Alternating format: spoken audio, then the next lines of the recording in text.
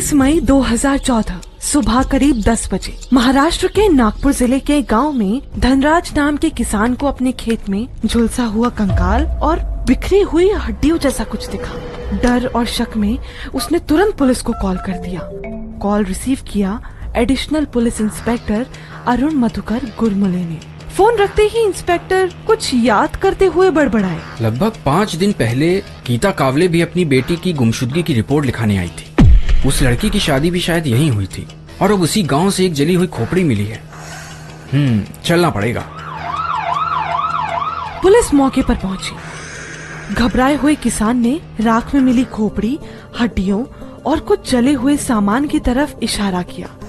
राख को जब थोड़ा हटाया गया तो वहाँ से एक पायल, कान की बाली, चांदी का कड़ा और मंगलसूत्र भी मिला। दैनिक भास्कर की थ्रिलर सीरीज मृत्युदंड में कहानी नागपुर फैमिली किलर की।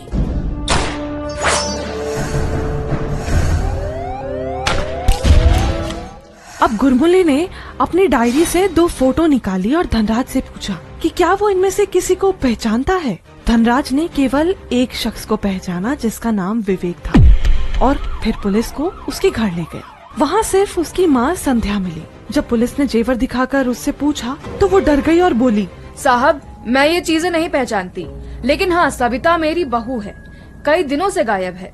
पहले बच्चे को लेकर मायके जाती थी, इस बार बिना बच्चों के चली गई। विवेक तो उसे ढूंढने निकला है। विवेक जैसे ही घर आए उसे फौरन थाने भेजो, नहीं तो तुम्हें हथकड़ी लगानी पड़ेगी। कहते हुए गुरमुले अपनी टीम के साथ वापस अरोली थाने आ गए। फिर गीता को थाने बुलाया गया। गीता जेवर देखकर फूट फूट कर रोने लगी।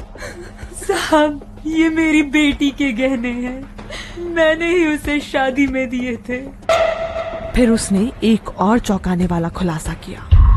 कुछ महीने पहले सविता बच्चों को लेकर मायके आ गई। बोली अगर मैं नहीं आती तो आप मेरे अंतिम संस्कार में आती। फिर कुछ दिन बाद विवेक आया, बोला अब ठीक से रहेगा और सविता को ले गया। इतना कहते कहते गीता बेहोश हो गई। थोड़ी ही देर में सविता के चाचा शालीकरम कावले भी थाने पहुँचे। रोते हुए